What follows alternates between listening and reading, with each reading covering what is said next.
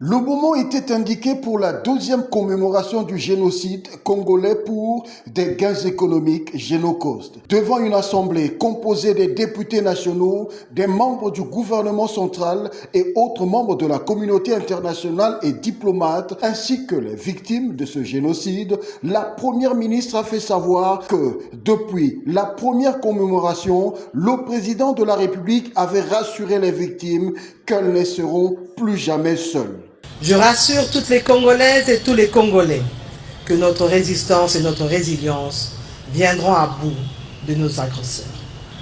Lors de la première commémoration le 2 août 2023, le chef de l'État avait annoncé un jour nouveau qui se levait et un espoir qui renaissait pour nos victimes, en les rassurant, comme cela a été dit, plus jamais elles ne seront seules.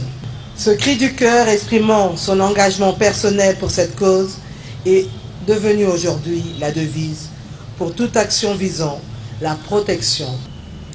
Je voudrais vous rassurer que vous n'êtes pas seul dans cette épreuve. La nation, notre pays, notre nation, votre nation, avec à sa tête son Excellence Félix Antoine Tshisekedi, président de la République, s'élève à vos côtés, unis dans la solidarité.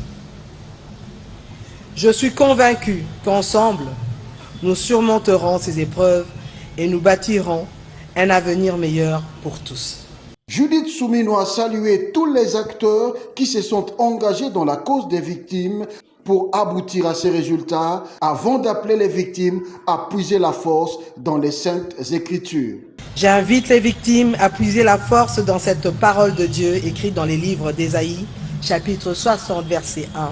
Je cite: « Lève-toi, sois éclairé, car ta lumière arrive et la gloire de l'Éternel se lève sur toi. » Fin de citation.